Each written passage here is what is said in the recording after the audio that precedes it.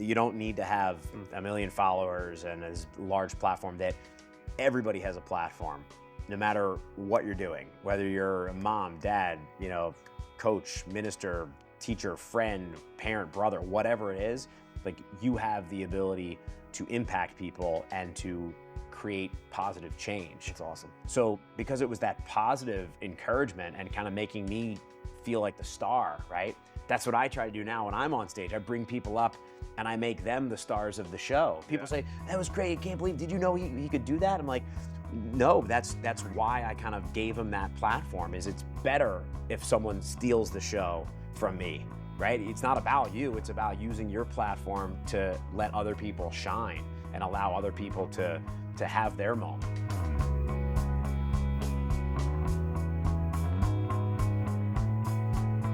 Hey there, and welcome back to the LeaderPass podcast. I'm Jamie Minton, and today we've got an electrifying episode for you, and I can't wait to introduce you to Jeff Civillico, a dynamo in the entertainment world and a Las Vegas headliner since 2009. In fact, Jeff quickly became the youngest headliner in Vegas to both produce and star in his own show. So check this out. He has entertained audiences in over 5,000 performances at the iconic spots like the Link, the Flamingo, the Paris Hotel and Casino, and not only has he captured the title Entertainer of the Year by Vegas Inc., but his comedy and action show has been hailed as the best of Las Vegas 3 years in a row by the Las Vegas Review-Journal. Beyond the stage lights though, Jeff is a standout keynote speaker and MC, recently earning the Certified Speaking Professional designation and being inducted into the National Speakers Association Speaker Hall of Fame, which is an incredible feat at just 40 years old, both of those last year. He's also the driving force behind WinWin Charity, which is a nonprofit that delivers joy to children's hospitals nationwide, and his project Laughter Without Borders, which brings smiles to underprivileged kids around the globe. In this episode, we're diving deep into Jeff's journey from captivating Las Vegas audiences to mastering the speaking circuit with $1 million business. If you've ever wondered how to kickstart or scale your speaking career, this is it. This is the guy. Jeff will unpack his strategies that really propelled his success and discuss his new LeaderPass training called Get More Gigs. Here he reveals the insider tactics that have helped him and can help you expand your speaking business if that's your goal. Whether you're just starting out or looking to elevate your current operation, Jeff's insights are your blueprint, in my opinion, for reaching new heights in the speaking world. Join us to learn how to put those game-changing strategies into action, prepare to be inspired, and I promise you, empowered by the incredible Jeff Civillico. Let's get into it.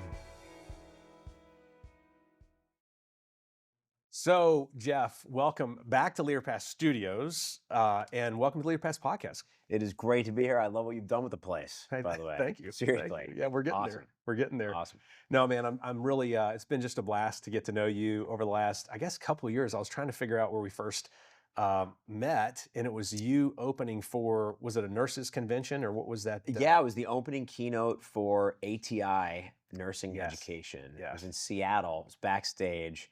I had just gotten off stage and I was kind of hustling to pack everything up and run to the airport, and you introduced yourself. Yep. And you started talking about how my nonprofit might actually be able to interface with LeaderPass, and that you could actually really significantly expand the reach and impact of the virtual shows that we were doing. Yeah. And I remember thinking like, oh, hey, cool, all right, yeah, thanks. But I'm kind of all over the place anyway. But I remember thinking like, this is great. I really want to have a full conversation with this person. And yeah, I think it's cool. A lot of people talk about like, oh, we could do something together, right? But then the moment's gone. Yeah. We actually made it happen. You made it happen. Like we reached out, talked about what it would look like, and did some troubleshooting over the next couple, months and years really to like really take the nonprofit work we're doing to the next level. So thank you. Yeah. Oh, no, man. Absolutely. In fact, I thought you were a unique person because you're a great performer, by the way. I mean, everybody loves you, and I want to talk about that today for sure. But when you mentioned the fact that you had the nonprofit and I saw what you were doing, I thought it was super cool. Yeah. But also you have built this great speaking, MC, keynote business as well. And so that little trifecta I thought was unique. Mm-hmm. That's different because most people that they may start a nonprofit, but actually be in it and driving like performances through it. but then to have this successful speaking business. Thanks. Yeah. Yeah. Thank you. I appreciate that. I feel like it really kind of rounds out my business and my life, to be honest, because entertainment can be very self-promotional. You're always talking about how great you are, what you can do for clients, the impact you can have. And working on the nonprofit, it kind of taps into a totally different side of my head and my heart, right? You try to think about beyond yourself. How can you create impact? How can you get other performers involved? How can you build this network of children's hospitals? How can you get sponsors who believe in the mission, who want to support, grow, work with a board? I mean, as a solo performer, I'm booking, traveling on stage, backstage, all by myself. Yeah, you're doing it yourself. Yeah, and so it's really fun to be able to work with a team. I know corporations, right? That's obvious. You're always working in teams, but as a performer, as a speaker, you're flying solo a lot. So I really love the idea of working with the committees, right? These different groups of people, board of directors who are all volunteer, who are all there because they are passionate about the mission and want to help. That to me is it's fun and it's different. It gives my life a different, I would say, sort of meaning and purpose. That's awesome. Let's talk about how you began. Just hit that for us real quick and tell me about your beginnings as in performer land. I'm like, how much time do I have? How far back should I go? No, All right, so 7 years old.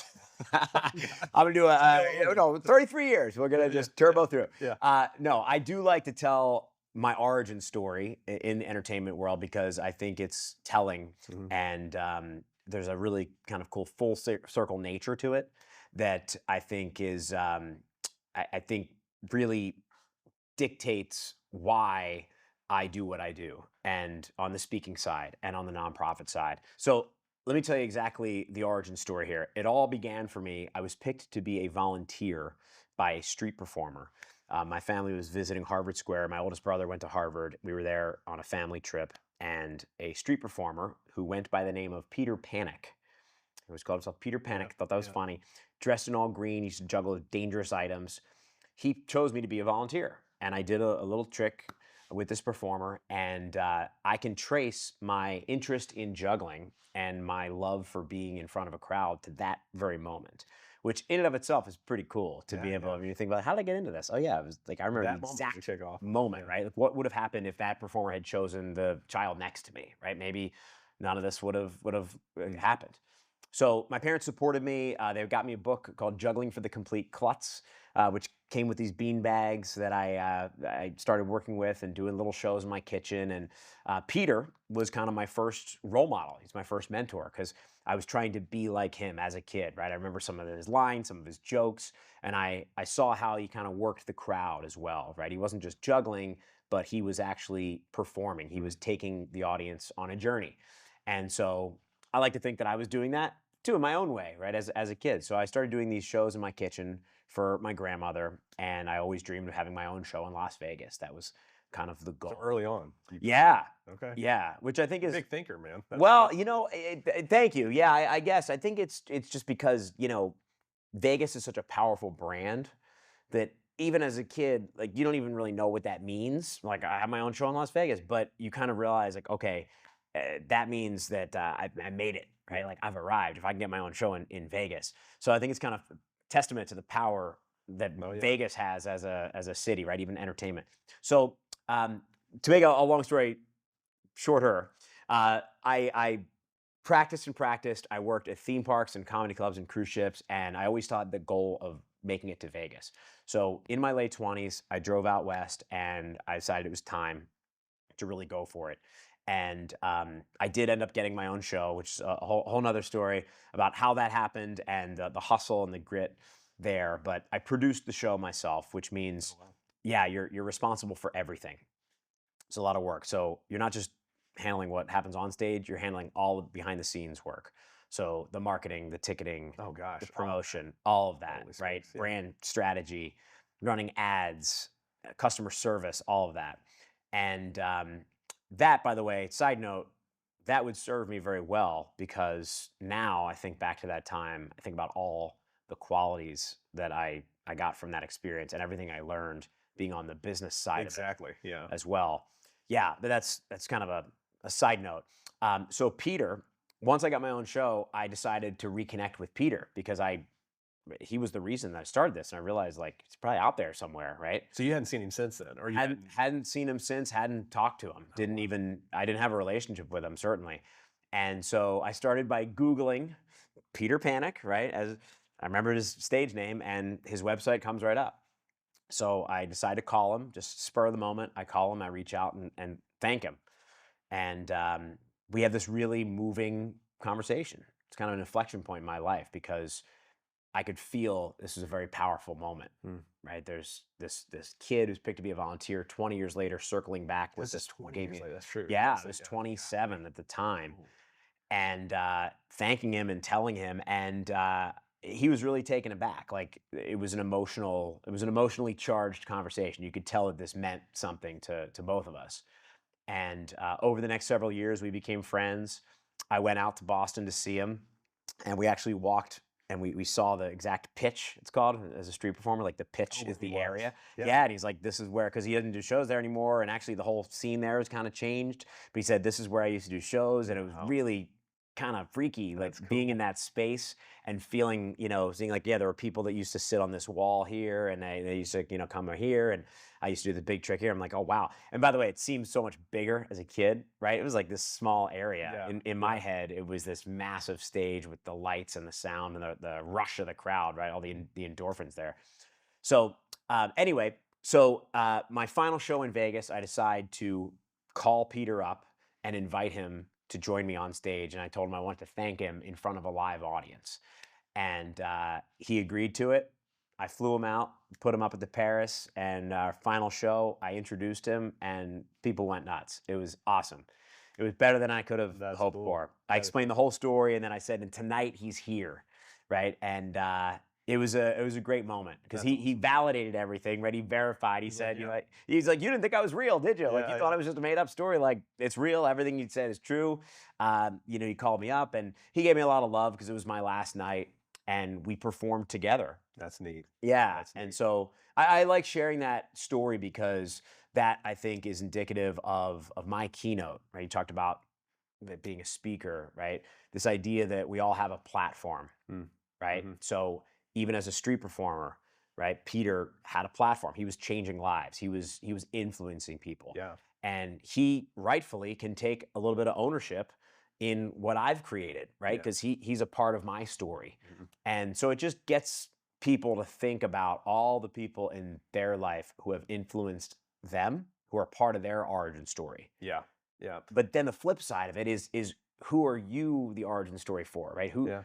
How are you? That's what I was gonna say. It's like when you hear stories like that. I mean, we've all felt that about seeing a famous actor or seeing a famous, musician, or somebody who's on a big stage, and there's a lot of people that are like, oh, you inspired me. How cool must that have been for him?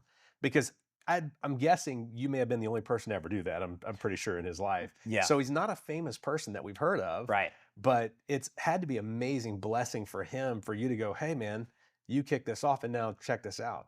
100%. Yeah. And that is the point, right? Because it is easy to see it in celebrities, or it is easy when you have this massive external platform, right? Social media, you have all these followers or fans. But what I like to talk about and really teach is this idea of being an everyday influencer.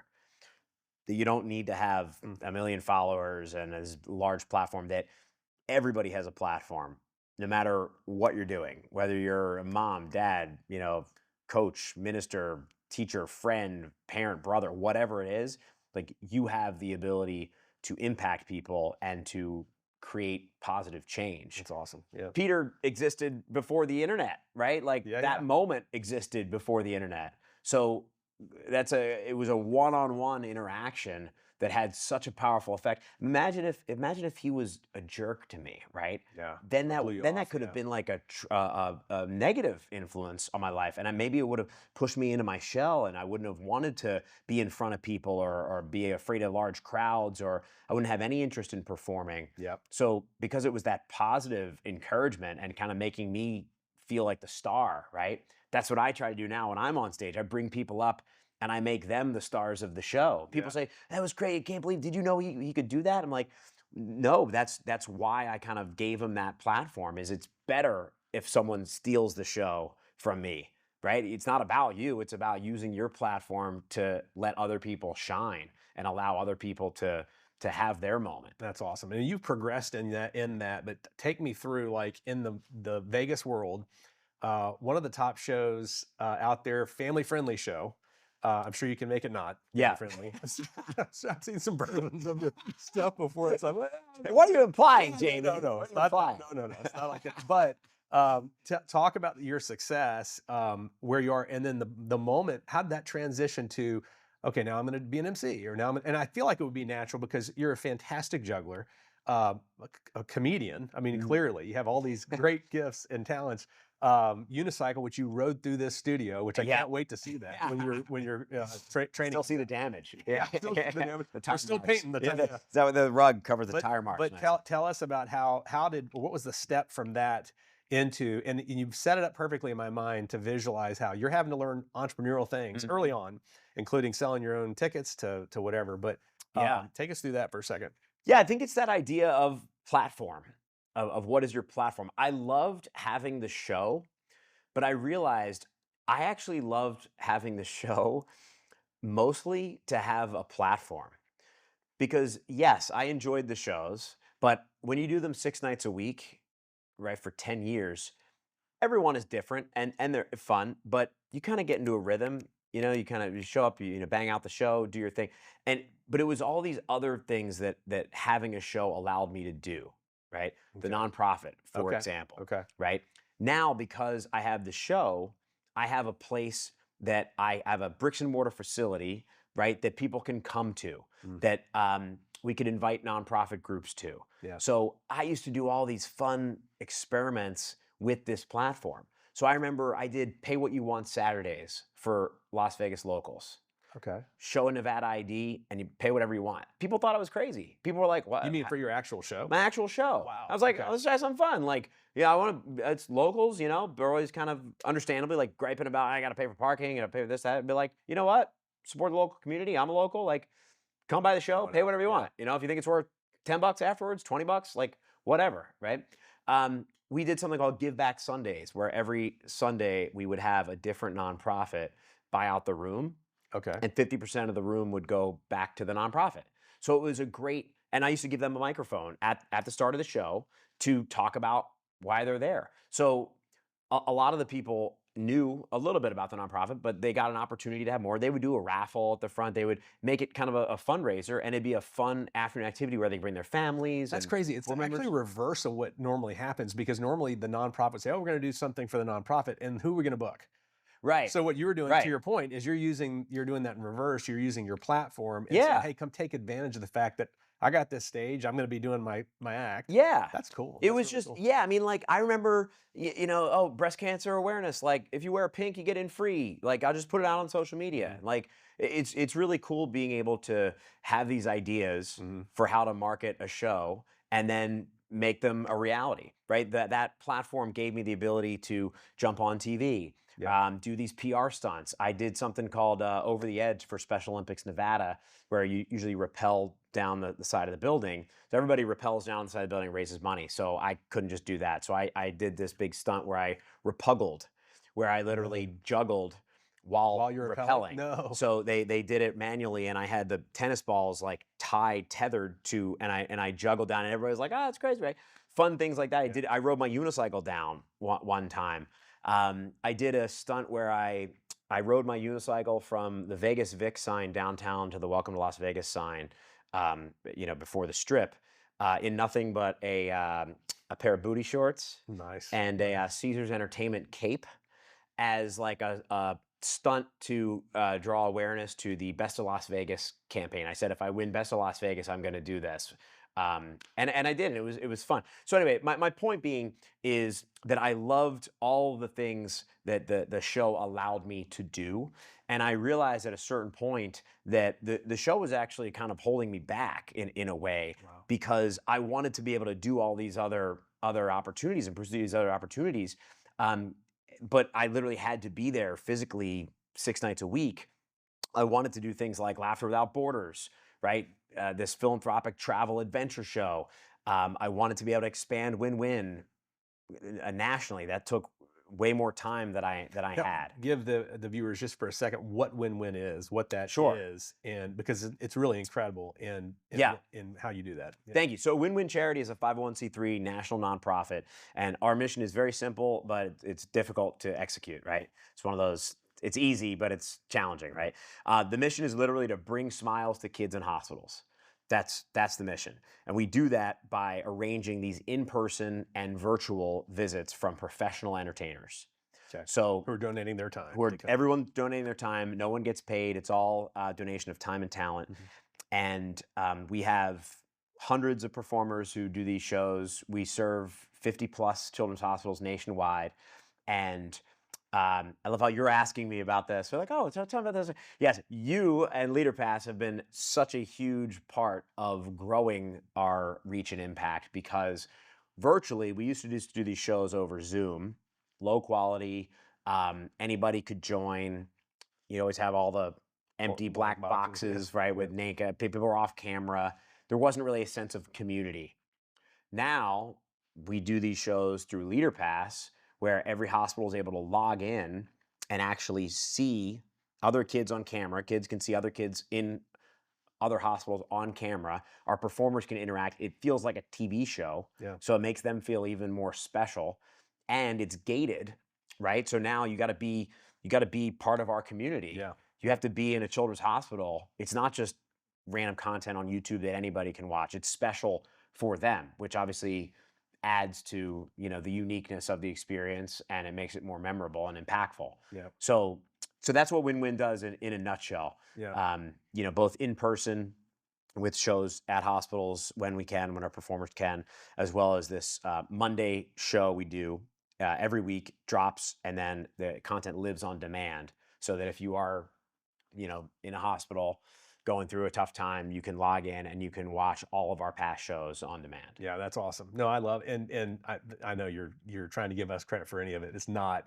It's 99.9% is the amazing side of you starting that. And you started pretty young. I remember you said that was actually something before you were really cranked up, that you had a heart for. Yeah. I think it goes back to the idea of platform. Like even as a kid, I always try to think about, like, how can I use whatever I'm doing for more, to reach more people, to bring people together.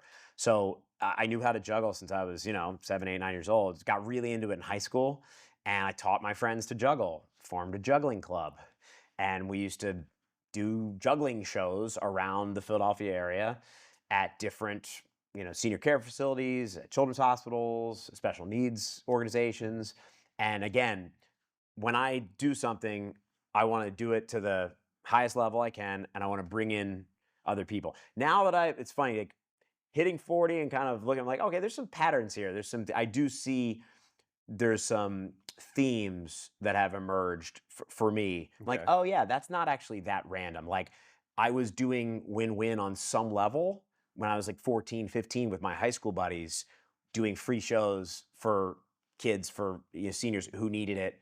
And I always want to build the network. I want to bring people together, right? Yep. These scholarships we do for, in honor of my late sound man, Craig Paul Cisco. We do Cisco Sound scholarships for high school art students. That's another. Cool. Okay. That's another thing we do. Yep. And again, I just got the alert to saying, hey, here are the finalists for the scholarship, and I have to interview them and everything else. But it's a 4-year scholarship to someone in the technical arts. In need in Las Vegas. And so that's, again, pattern. There's your pattern. Yeah, it's just like, I like doing those things because, again, brings people together and it expands the reach and impact, and just everything kind of starts building on itself. And when you look back, you can kind of see these through lines and these connection points, but they've all just been fueled by that passion to kind of bring people in and grow. Utilizing through action. Right, I'm really big on maximizing your utility through action. Right, like meeting you is a great example. Right, you say like, oh, we could do this. I'm like, yeah, let's do it. Right, you talk to me about, hey, you've got a lot of content that could help a lot of people. You should film a training course here. We talk about it. Yeah, you're right. Like, we're doing it. Like I really do believe in not allowing yourself that kind of hesitation, that pause where you start creeping, oh, I don't know if this, that, right? Doubt starts creeping in, or I'm not sure if this is going to work. Like you have a gut feeling about something, like act on it, go for it. Yeah, absolutely. Okay, so platform. So we're talking about how you took that, I guess, is where you're going with the whole idea of what you do, and then how that bridged into emceeing, doing more corporate oriented is what I would call it, or stage. Absolutely. Yeah, because you realize, like, at the end of the day, when you come to my show in Vegas, you're uplifted, hopefully, you're entertained, you're laughing, you're having a shared experience. There's nothing specific to that theater, that venue, that show. That is the idea of bringing people together, uplifting them, empowering them, entertaining them. And you can do that in a variety of ways, a variety of different channels, revenue streams, markets, etc.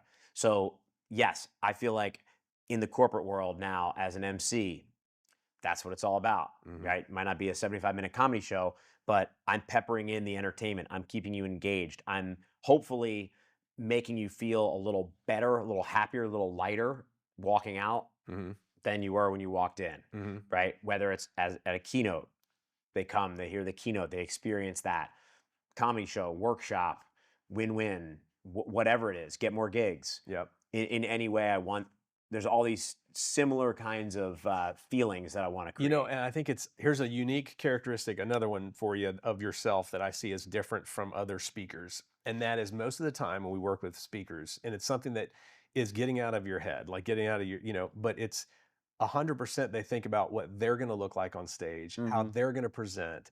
And they're picturing the crowd, they're visualizing, everybody's clapping, and it's great, which is good. Yeah. But what you just described is that you were going there with the crowd and their experience in mind, which wasn't just, wait till they hear me, wait till they see, but you're like trying to bring them in to that experience, which I think is a very unique thing. And it's probably what's helped aid your transition from being a performer to now you're a guy that people are taking serious, and they're seeing who's actually still fun. It's still your personality. Yeah. But now you're adding value to a company, or you're adding value to an event. Tell me your first. How did you step? I want to see how you step from that to. It's a great point, because a lot of entertainers especially have a difficult time making that jump, because when you're doing a public ticketed show in Las Vegas or anywhere else, people are paying to see you.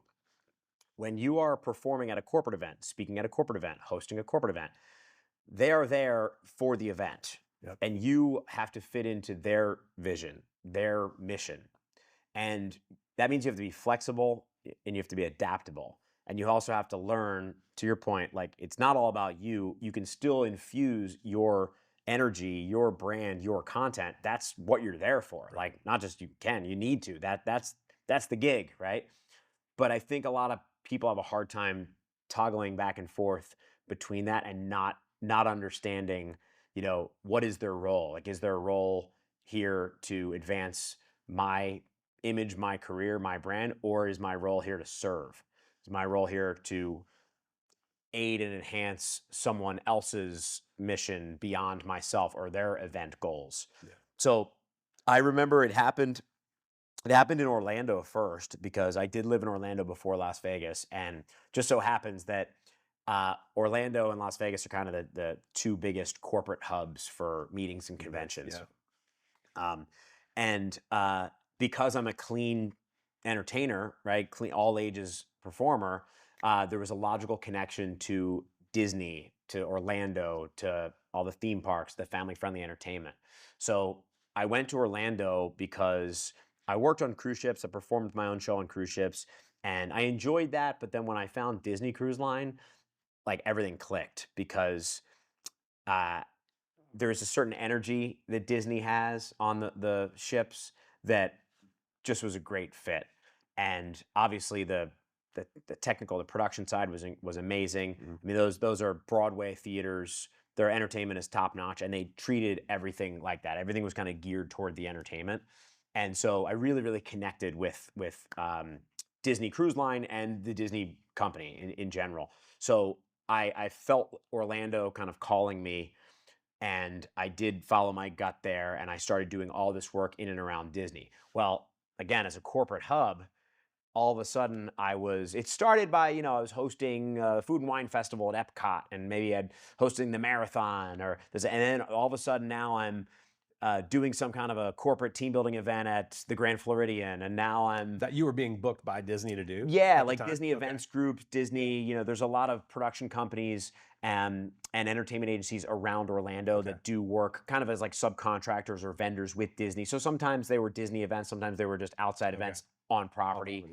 Yeah, and I realized that was a really nice kind of sweet spot for me, because I probably should have, I say should in extra quotes, like been in that corporate space, right? With my background, my upbringing, education, family, et cetera. Like all my friends, they're company folks, right? They're doctors, lawyers, finance people, right? Like tech, et cetera. And so I come from that world, so I'm very comfortable in that world, speaking to it.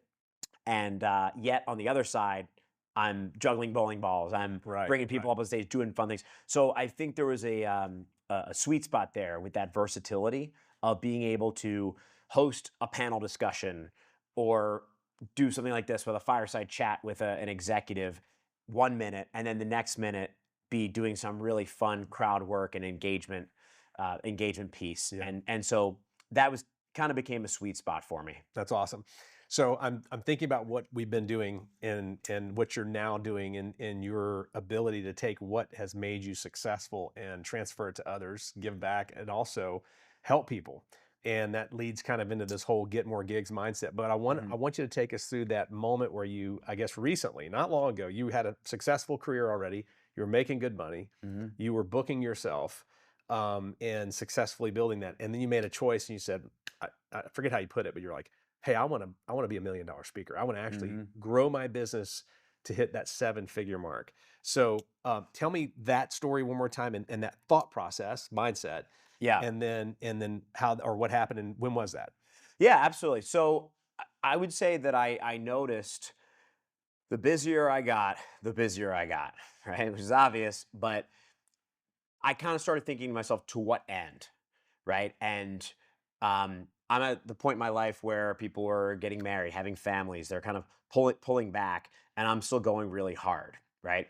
So I'm thinking, okay, how can I continue to keep elevating? How can I hang with my peers, right, in the industry and beyond? How can I push the limits of what I'm doing? I want to keep growing and expanding, but also not just fill up the calendar so I'm not enjoying other aspects of life. So I'm not, I'm not having a well-rounded life. And also just with business, I think we can get caught in this kind of rat race of, booking an event, and then you're prepping for the event, and then you're traveling to the event, and then you're doing the event. And then afterwards, you're like, okay, great. Now I got to get another event.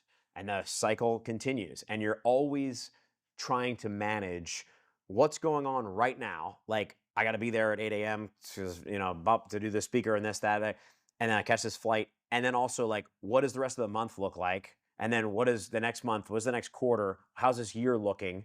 So you're kind of always balancing the micro and the macro, and there's a lot going on to manage. And I just realized, like, I don't want to do that for the rest of my life. Like, I want to reach a certain point where I don't feel like I'm just chasing my tail, where I feel like I've crossed a threshold. Not to say that I can just sit back and now I'm on easy street, that everything's just coming in, right? But that I've reached a certain level where inquiries are coming in. People know who I'm established, right? They know who I am. They know what I do. I've built up a reputation of consistently delivering for clients over, long term, right? Years, approaching decades now, right? And then how can I continue scaling and growing and focus on things that are really going to move the needle in my business, and also enjoy life, not be working all the time. I love what I do. I love working, but I want to be able to take vacations and have free time, right? So yeah, I think it was more of just a mental shift, right? To saying, I need to get to this point. And I went hard for like, I've always gone hard, but I kind of took it up another notch to get to a level, I would say, where I now have a little more confidence in a predictable, sustainable, scalable business. Right. Because I will tell you, it is very difficult when you are in a profession like this, right? Speaking, hosting, entertaining. Most people start with a full calendar, right? 9 to 5 or whatever their work commitments are, and then they plan white space for personal days, vacation, right? If you're a teacher, right, you know you've got these months you're working, these like this time you're off. Right. There's some built-in structure, for example. With me, with my world, it's all white space. Like you start with a blank calendar and you have to fill in work. Right. So that's like on the entrepreneurial side there, you're really driving the bus. Like you are creating. And if you want to take off a month, you can, but you got to block it out.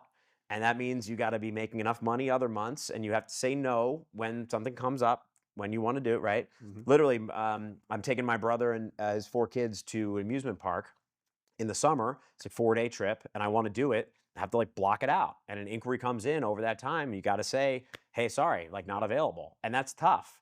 If you're not sure there's going to be another gig coming in, Yeah. right? If you're not sure the phone's going to keep ringing, but when you get to a certain level, you have more confidence in that. And one could even argue that actually helps to create a little bit of demand, that scarcity, to say you're not always available, right? You're not going to take everything that comes in. You're gonna hold to your fee. You're gonna hold to your schedule, your open dates. Yep. So, yeah. No, I think the transition to that moment where you said I went hard, but you also, in my mind, especially watching what you're doing with Get More Gigs, and I want to talk about that. yeah, Is you've created processes, you've created methodologies that are duplicatable, in my opinion, meaning that other people could do. Yep. But hearing it wasn't just more effort and more just throwing stuff out there. You were very intentional about how to retain and grow clients that you have. Yeah. And that's a huge skill. And I think that piece is, in my mind, at least from the outside looking in, you could validate it or not. That's how you went from, a couple grand, 100 grand a year or whatever, to a 7-figure speaker. You've just been inducted into the NSA, National Speaker Association Hall of Fame. Congratulations, by the way. Thank you. And from what I understand, you're still 42, 43, which means you're super young to get that award. 40. You're 40? Yeah, don't age me, Jay. Sorry, dude. Come on. Sorry. I'm sorry. No, it's fine. I'll take it. Something you said earlier, maybe Yeah. 42. Okay, anyway. So my When bad. people watch My this, bad. I'll probably be 41. That's true. That's a good point. No, so that's young, man, to be inducted into that. So congratulations. Thank you. And that's a big deal. I mean, that's a great organization. A lot of wonderful people are part of that. But to be in the Hall of Fame and to be $1 million speaker, which is that separate? Is that a separate? Yeah, that's a division. Totally, Yep, okay. that's like a division within NSA. It's Okay. a kind of a special group that meets. It's like a mastermind. Yep. That meets. But thank you. I will credit you, my friend, because you saw something, I think, in what I was doing, and you said, "Hey, like, there's a course here," and I was like, I don't know, I have some tactics, and it was your guidance really that enabled me to start to lay out what is it that I actually do, and are these ideas unique, and are they specific, and are they valuable, and can they be duplicated, Can be taught, yeah. and can be taught. Yep. Because I think that's what some people would say incorrectly. I think some people would say like, yeah, I don't know, you either got it or you don't. It's like, well, because entertainment or speaker, you're either like in demand or you get hot, and sure. Obviously, there are many factors to a career from the stage, including your relevance, your topic, your brand positioning, your fees, all that, right?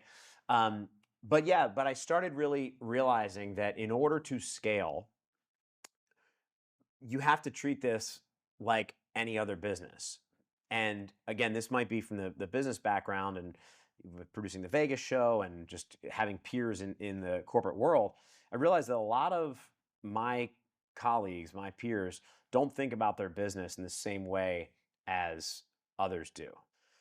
And I'll give you a couple examples, right? Like for us, there's an impression, right? An online impression that might generate or might lead to an inquiry for your services. Hey, thinking about having you speak here.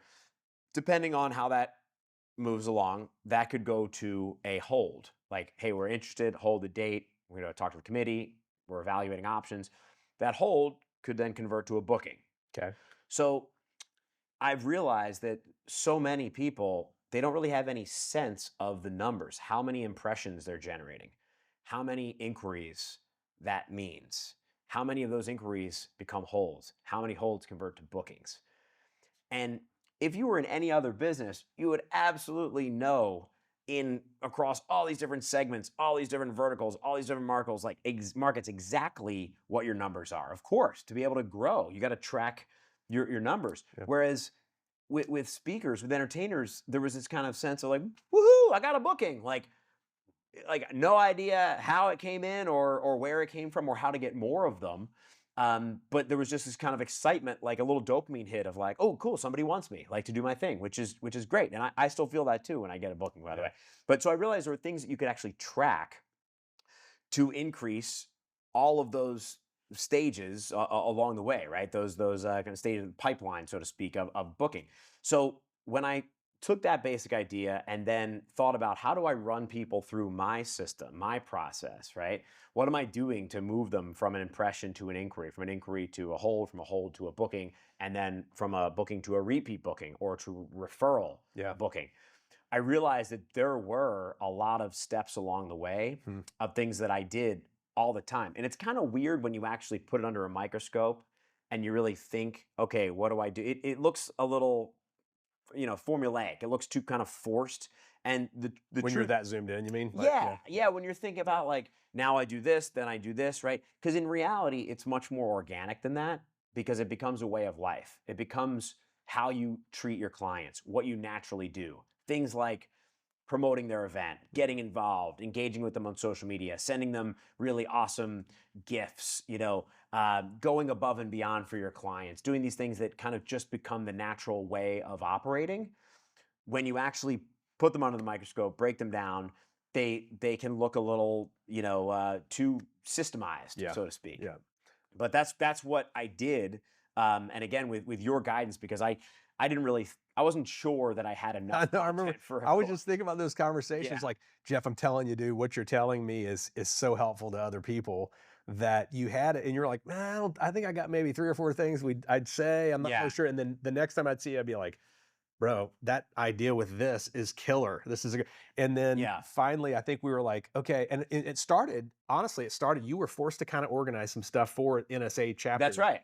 That's right. Yeah, that's kind of how that started. Yeah, this course is actually what I have done for NSA chapters because I was asked to. So the Las Vegas local chapter asked me to speak at what they call their CSP Accelerator. CSP is Certified Speaking Professional. It's a credential that they give. And that they have a section each month dedicated at their meeting about where a CSP kind of gives their advice for like how to accelerate your growth, right? And so I thought, okay, well, if I'm going to be asked to speak on that, I'm going to think about and try to convey all the things that I do before, during, and after an event to maximize the value and to differentiate myself. Because a lot of people talk about what to do initially to book events, right? And there's a lot of great information out there already. And what I didn't want to do was just create something that is kind of formulaic or that other people have done out there. I wanted it to be really unique. And so there's a lot out there on how to work with speakers bureaus and how to do social media and how to blog and newsletters and sales funnels, and all that is great. And you should absolutely learn as much as you can about that. But after you have a contract in hand, there is a whole lot more you can do that I found most people aren't to really create a strong connection with your clients. Because at the end of the day, the easiest way, everybody in sales knows this, the easiest way to get another sale is a repeat buyer. Right? They're already invested in you. They already have it in the state to buy. They liked you. They want to buy from you again. That's so much easier than attracting a new customer, a new client. So I realized that's the key. That's what I'm doing successfully that I really believe can be taught. Because a lot of the other stuff is more general, right? It's more, you got to know the building blocks, the foundation. But what I'm talking about is it's pretty niche, right? It's pretty specific. It's unique, man. And even there's been things I've heard and our team has heard as you've been filming and as you've been doing the training. I'm like, Man, that's a great idea. Man, that's a great idea. We're write this Nice. down. Let's write this Yeah, down. nice. And so it's very useful in general, but the way you're applying it, and what I think is cool, and the phrase came, you had a friend that you introduced us to months and months ago. I saw her again at your telethon in Vegas, but she made a comment that, 90% of my income is made on the stage. I make very little off stage. And so when you were talking about what you're doing and what Get More Gigs is really doing. Marilyn Sherman, right? Yes. Yeah. She's awesome. Yeah. She's awesome. She is awesome. But when she said that, I was like, wow, I never thought about the fact that you get so into a zone and you were describing your life and you're like, hey man, I'm busier and busier. But that's the wheel that I'm talking about, right? That's the cycle that we all get caught up in. And yes, you are correct. There are so many applications for all the different speakers that I know to make an asset from their content. People know about books, right? Of course, like, yeah, I read a book, but that seems like such a daunting task to someone who's never written a book. Yep. And it seems like something like I'll get around to, right? Yeah. It's like, hey, I want to write yeah, I got a couple books in me somewhere, Yeah. Whereas this, I felt like it was so much easier to just jump in. Yeah. Like after a day just kind of whiteboarding and scribbling. I remember I left you like 47 voice notes. Yeah. You know what I mean? About, Yeah. oh, I can do this and this, because the ideas just kept flowing. Yeah. There's also the idea of the micro lesson, which I think is really powerful. Yeah. Is originally when I thought of like online training or online course, I'm thinking this is going to be hours of real detailed technical content. I'm like, I don't know if I have that. But you had me think of it in terms of these bite-sized lessons, Right. which is it's how we think, but more importantly, it's how people ingest information. Yeah. You don't want to overload them, right? Right. Give them one good idea on this topic, one good idea on this topic. I mean, if that moves the needle and gets you a few more bookings, then 100% worth it. And that's us and to our current, as busy as you are, I know you can relate to it, and in our, quick, got to have it quick.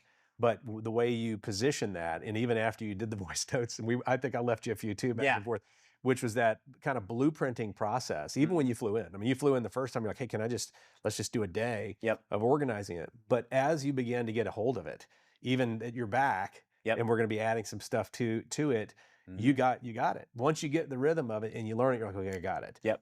One of the things that I want you to speak to real quickly to other speakers that are out there that are watching this, who I know there's got to be a feeling like, well, I don't want to give away my secret sauce because it's kind of competitive. Right. Like you've got people that I've met even who are like, they're laughing as they say, but Jeff's a jerk. He took my, it was down to me and Jeff won it. But that's happened both ways. But talk about that competition because you were willing to share genuine insight. I mean, this is not, I'm like I said, these are things that if people take one piece of it and apply it, how does that, from a competitive standpoint, how do you look at that? It's a great point. I think there's a few things going on here. I think number one, everybody knows this, but I now believe it.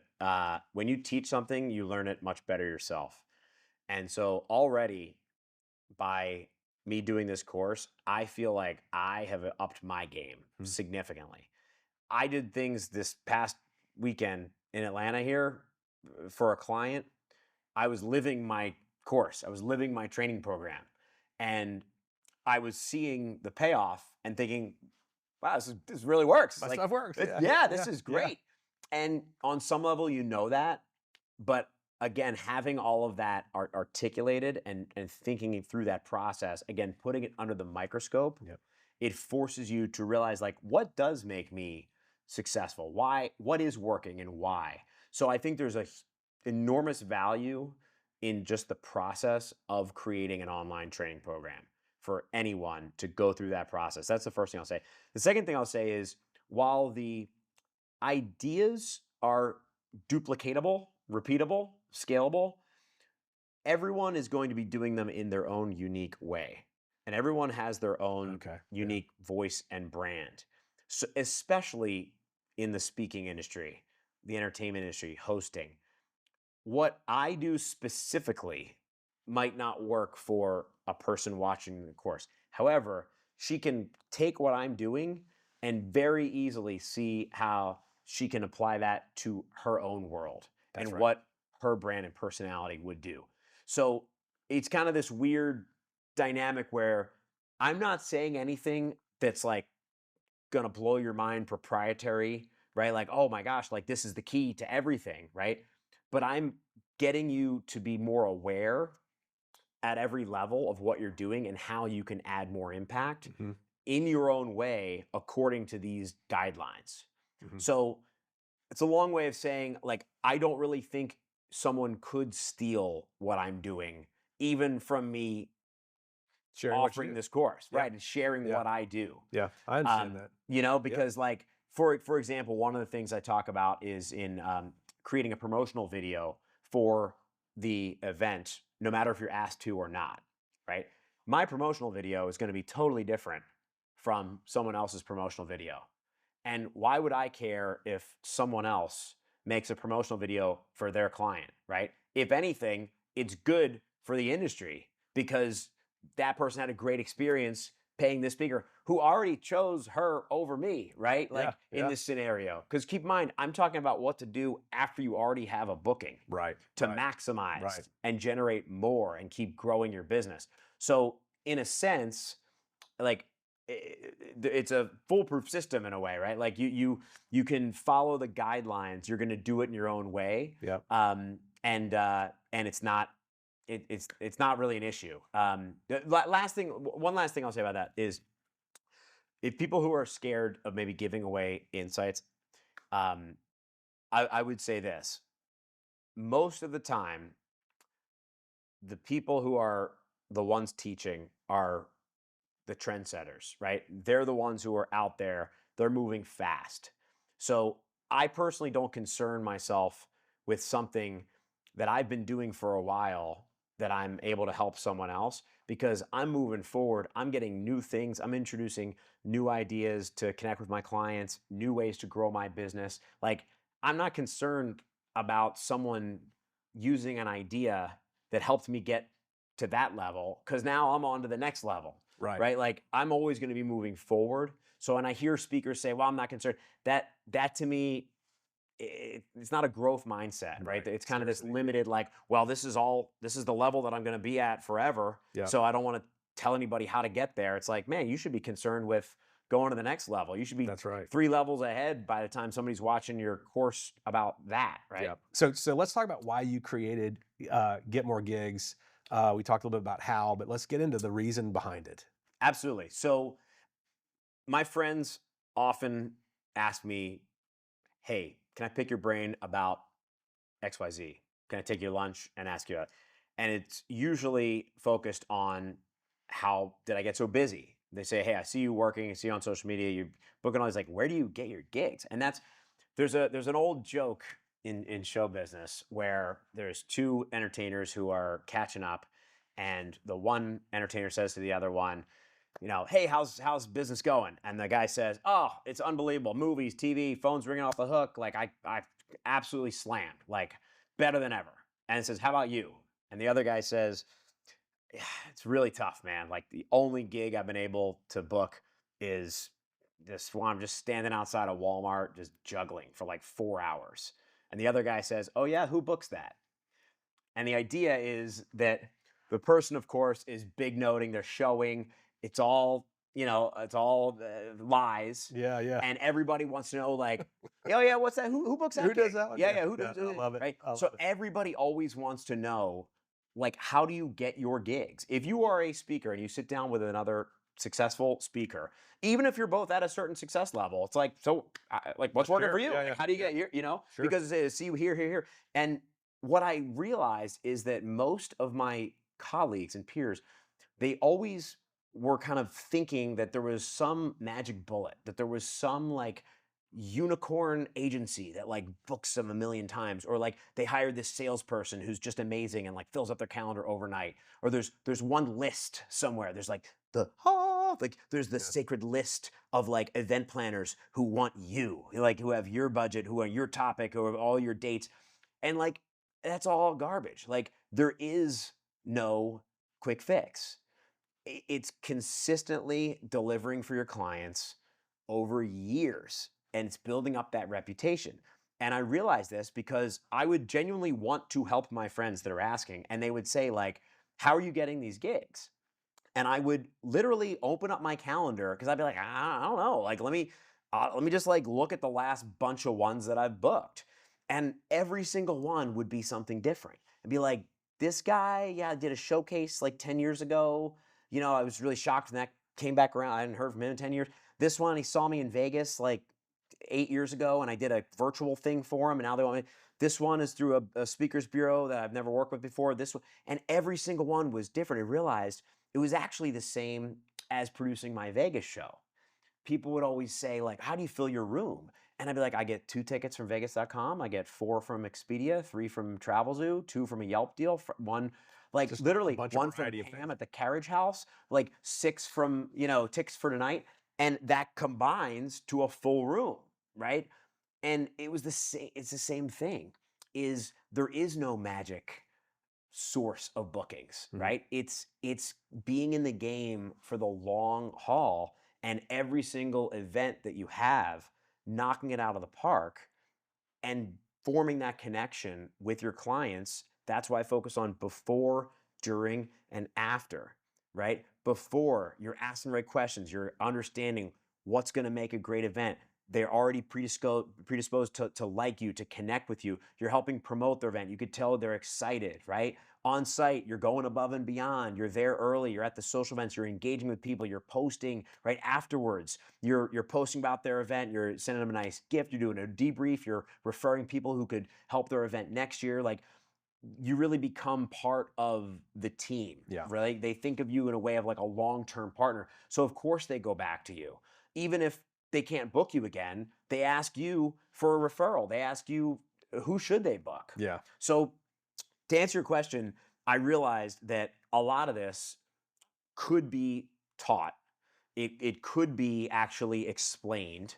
And when I thought about the different phases of the event life cycle, I realized there were specific things that I was doing every single time. I didn't realize that in a more detailed sense until we talked. And I believe you said, start writing down every time you do something that helps you in your business. Yeah. Right. And then get some distance on it and look and see, okay, which of these things is a unique take? Which of these are things that other people probably aren't doing? And I started with a note, and then I had a notebook, and then I had all these different ideas, and it was more just about organizing them. Yep. But again, that idea of this can be taught.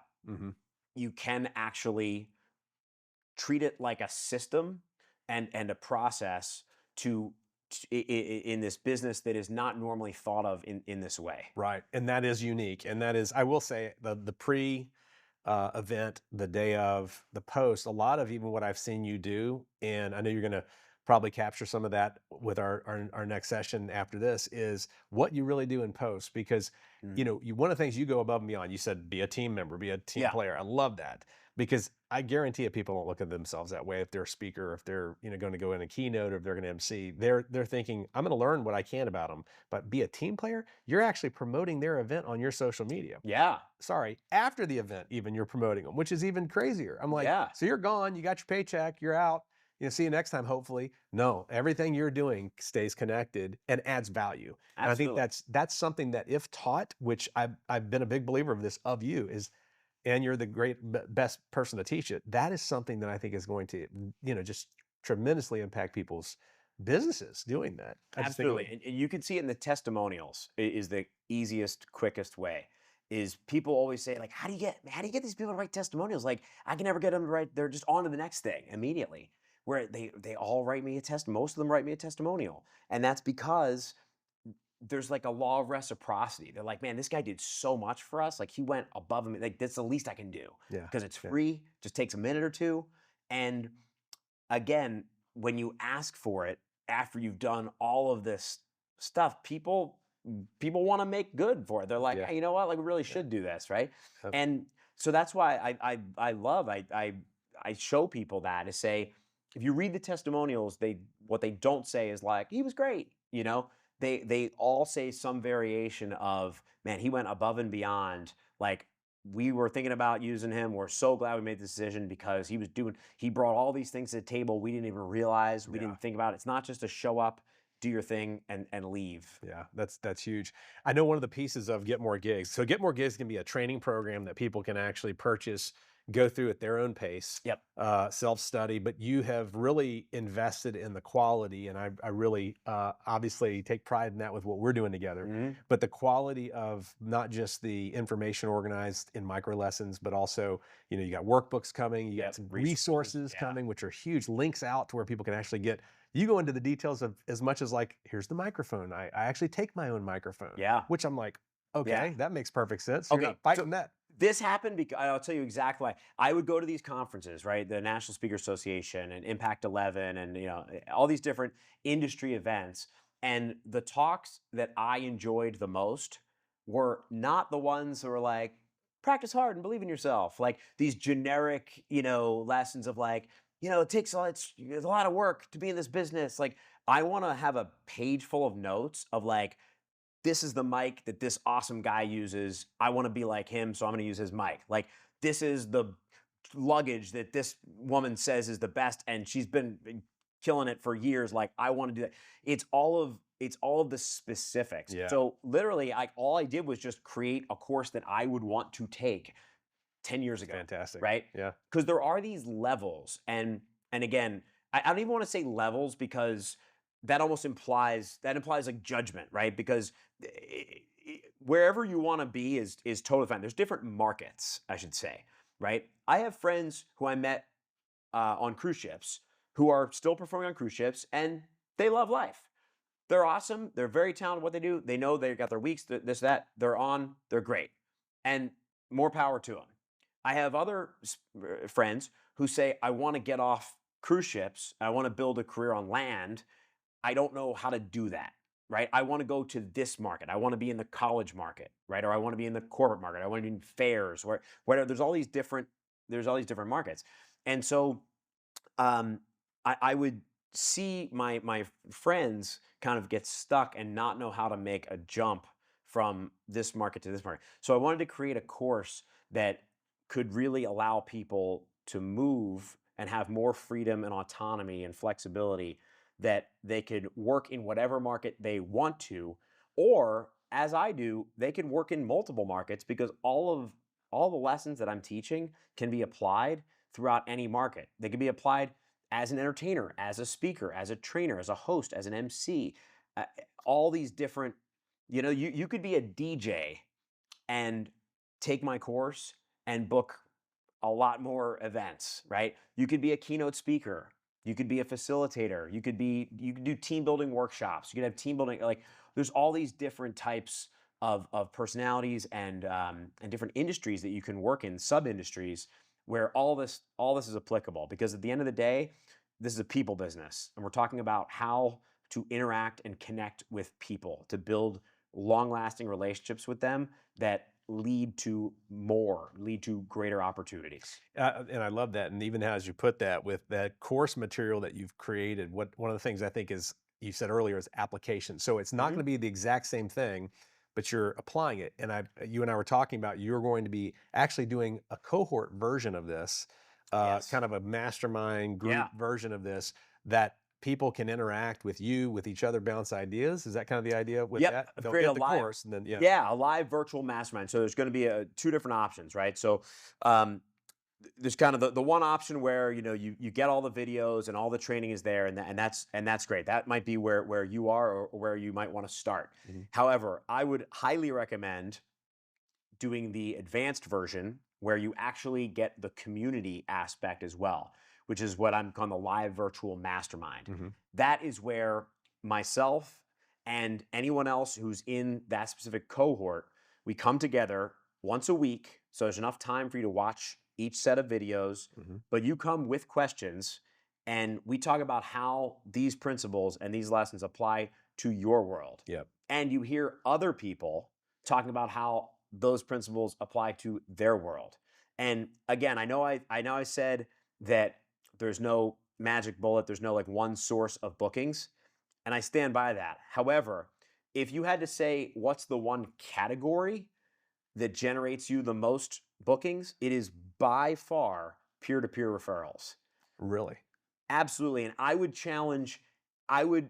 I would be willing to bet that any other successful speaker, entertainer, host personality, facilitator, workshop leader, whatever, would say that as So well. what peer-to-peer means? You're not talking about It means that I did the event, Okay.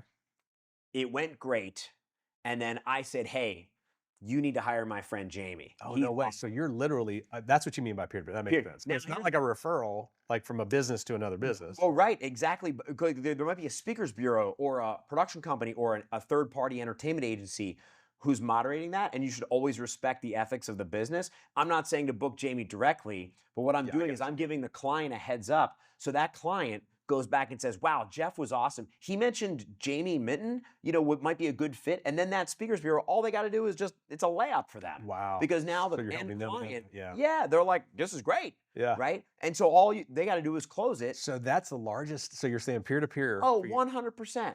I can trace most of my bookings back to events that other peers and colleagues have previously done, or at least they've worked with that Speakers Bureau agency and they'll say, hey, I'm thinking about, I'm booking this event for Sandy Glaze, hey, Jamie, you did it last year. Who do you think would be a good fit? And then they say to that bureau, well, Jeff Civillico, I think would knock it out of the park. Okay, perfect. Jeff, hey, are you open? So it came from the bureau, but it really initiated from you, from a peer-to-peer referral. So the reason why I'm so huge on this live virtual mastermind is you're going to meet people who are at your level, who you're going to be coming up with together. So, I mean, I can go back to like how I got on Disney Cruise Line. It's my friend Max Winfrey, who was another comedy juggler.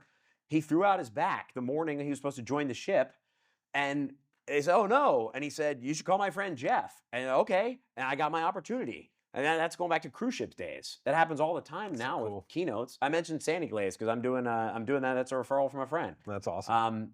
So that's how it happens. So not only is it great for learning from each other, and that's the best way as to how everyone's applying these different lessons, but from a very practical sense, you want to get more gigs, meet and connect and get close with other people who are at about your level.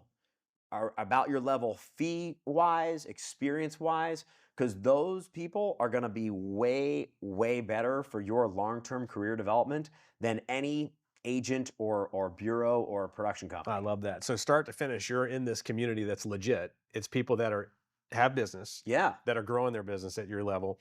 You're going to be time releasing. So you're going to take a category in LeaderPass. Just want to make sure I have the details and of what we've been talking about. And then you're going to say, hey, go through these 5 videos. And then you're going to get on and lead the discussion around there and field questions about that. Absolutely. And others that are on that will hear from other peers who are maybe encountering things that they haven't yet. So that they're going to be like, oh, I got that. I didn't think about that. And then we're recording that and putting that in their version of your LeaderPass, basically their version to get more gigs. Absolutely. Cohort. For them only, it's going to live on demand in that cohort. So if you miss it, no worries, it'll live on demand. But I highly encourage you to get involved in the community and join those calls live because they're gonna go for as long as they go, right? We're gonna have conversations, we're gonna talk about the content, and I'm gonna make sure that everyone gets that one-on-one time. Because I do think a lot of times the word mastermind gets thrown around. Oh, we're gonna have this community, right? This is gonna be like group coaching, right? This is like really, 10, 20 people or so, right, are gonna be on these calls live. We're actually going to be able to talk about your specific challenges. And I'm going to be able to give you real one-on-one time. And it's so powerful when you are able to mastermind with people who are in your space, but not in your world, not in your industry. Right? If you're on and you've got, like, let's say there's a customer service person, and then, you've got a magician who does, keynotes, and you've got, some kind of a trainer who they all think differently. So that's better, you're saying? Oh, it's so much better, right? It's so much better. One of my favorite people to talk. I have a lot of people that I talk to on a regular basis, but they're not the people that you would expect. They're not people like me. Okay. Right? I talked to someone who she was a news anchor, a high-end news anchor in various major markets, and now is doing her own consulting. I love talking to her because she comes from a different world than I do. So she has this background in news, in anchor and television, but she's talking about creating, social media packages and production packages for clients. I'm like, ooh, that's a That's a good idea. great idea, right? Now, if I could, as a being on site for a 3-day conference, now I could bring a production person and handle all or partner with her. Yeah. Say, hey, tell you what, I'm good friends with this, Emmy award-winning news anchor, and the two of us are gonna hit all your execs. We're gonna interview your sponsors. We're gonna get testimonials from you. You can use it all. Like, oh my gosh, right? Big value. Yeah. So all these different people offer different perspectives. Like the diversity angle is huge, right? Yeah. With people taking your course from different backgrounds, different walks of life, different career paths. They're going to think of things that you have not. I can trace many of the successes I've had to mastermind groups where they're saying, hey, have you thought about this? Yeah. And I'm like, no, I have not. Thank you. Yeah, that's great. And so that leads to, in my mind, the value they're getting. And when you think of how you're even pricing Get More Gigs, because I mean, technically Get More Gigs is going to give them a return, in my mind, on more bookings and building their business, period. So the idea of the mastermind, the cohort. So talk a little bit about pricing and how you think big about time. that. I mean, I know that there can be a hesitation always, like, is this going to be worth it, right? That's what I hear that all the time when I go to a conference. People, hey, was it worth it? And I think this kind of speaks to the type of person that you are, right? If you are trying to think about everything in a one-for-one way, like I go to this thing, I get something from it, and it's either worth it or not. That is one way of thinking. The other way of thinking is a bigger picture, longer term view of building your network, giving you ideas to think about that you previously had not, right? That's going to really move the needle. So when I think about the pricing of this, I think, okay, so no matter what you are, where you are with your fee, we are fortunate to be paid well for what we do, right?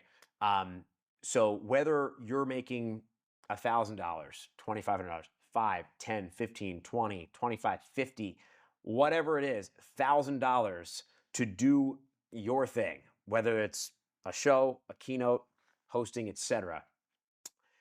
The price of Get More Gigs is going to be a fraction of that, right? Of a booking. So if Get More Gigs could help you get one more booking, I would say it's worth it. And I am quite confident that looking at that 50 plus lessons, not to mention the virtual mastermind, that one-on-one coaching, like you will absolutely be able to book many, many more gigs from what is being taught in these courses. To me, it's an absolute no-brainer. If there's anything you can do to differentiate yourself, to get ahead, because again, like the profit margins of these events are so good. Yeah. Even if you're just starting out. I mean, if you're a speaker and you're just starting out, you're still often going to be charging $2,000, $3,000, $5,000 for a talk. Yeah. Right. And then there's no limit. Right. You could be charging 10, 15, 20, 25 plus. So when I think about, of course you would want to do something that could give you an edge, that could give you a leg up, that could help differentiate yourself from someone who's been there, right? Who's helped other people grow, not to mention the live virtual mastermind component where you're literally going to be getting 3 months of one-on-one coaching every week. Yeah. Like I should be charging that each time, each week, right? Yeah. The price of the course could be charged every single week. Oh yeah. Right. And you're getting it all. You're getting 3 months plus all the videos, on-demand content, all the extras. Plus, we're going to keep everything up to date, which I love, by the way, because I've already, I've been here before and I'm coming back to film. I'm going to keep filming here on a somewhat regular basis if you let me. Sure. Because I want to keep updating the content because I keep learning new things. I keep getting new ideas. I keep having new conversations that I want to add to the on-demand. Well, and you've lived what you just described because, I think about, here's a guy from Vegas. You're around some of the biggest stages and the coolest places out there for performance and for, workshops or for whatever. And, I think about you making that decision to come here and say, why do you want to differentiate yourself, from the masses out there, from the other stage, and how you've invested in organizing the course. You could have sat at home and done this on Zoom.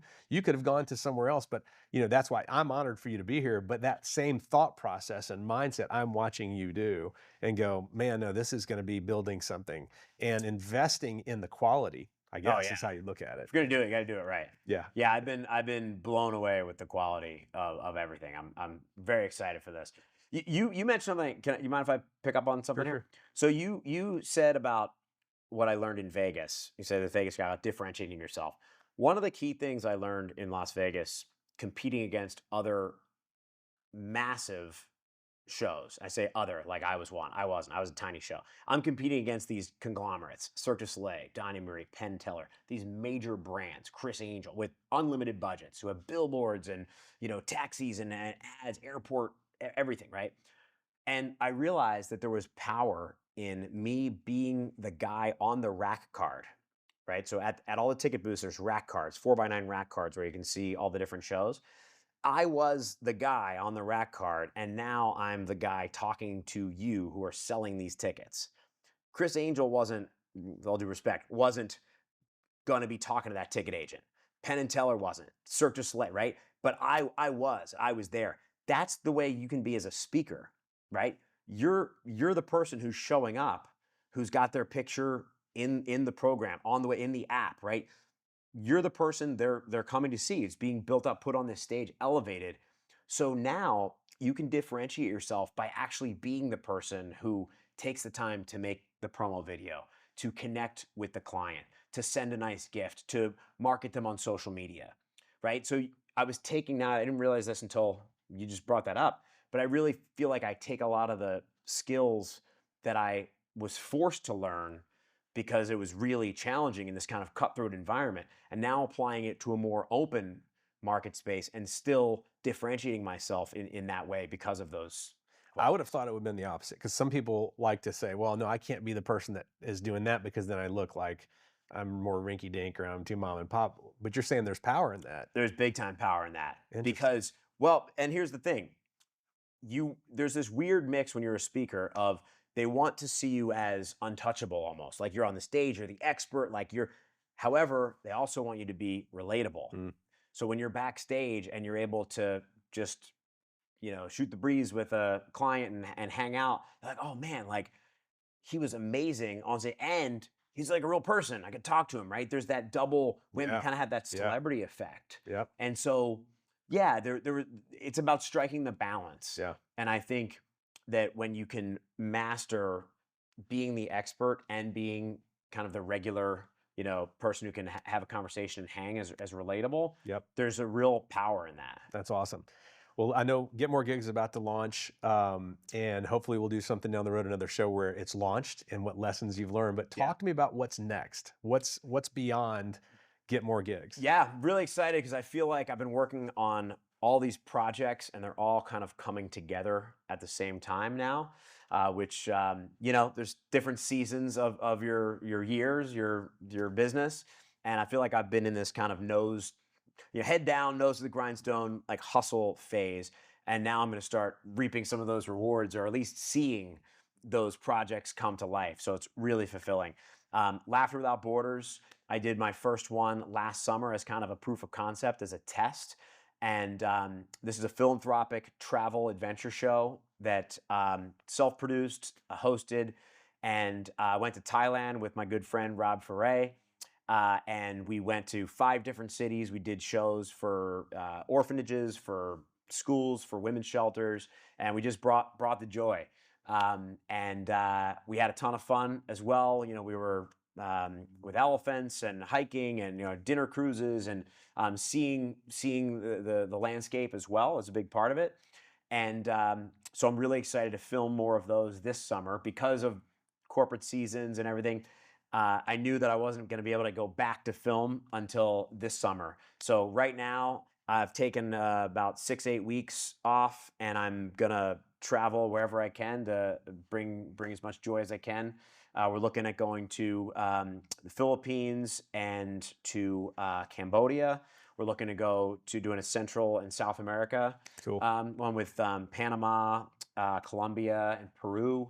So we have different organizations there that we're helping. I'm always meeting another performer, either who lives there or I'm traveling with a performer. If you're taking somebody with you or while you're Yeah, that's fun. yeah. There's a guy in Australia who I've never met, who we've connected online. He loves the idea of Laughter. He's like, you got to come to Australia, and so I think it'd be really fun to go. He's this awesome magician. I think it'd be really fun to go and kind of say, like, I've never met this. We're teaming up to do some shows for some organizations that are important to him. So I'm really excited about that. I have a TEDx talk that's coming out.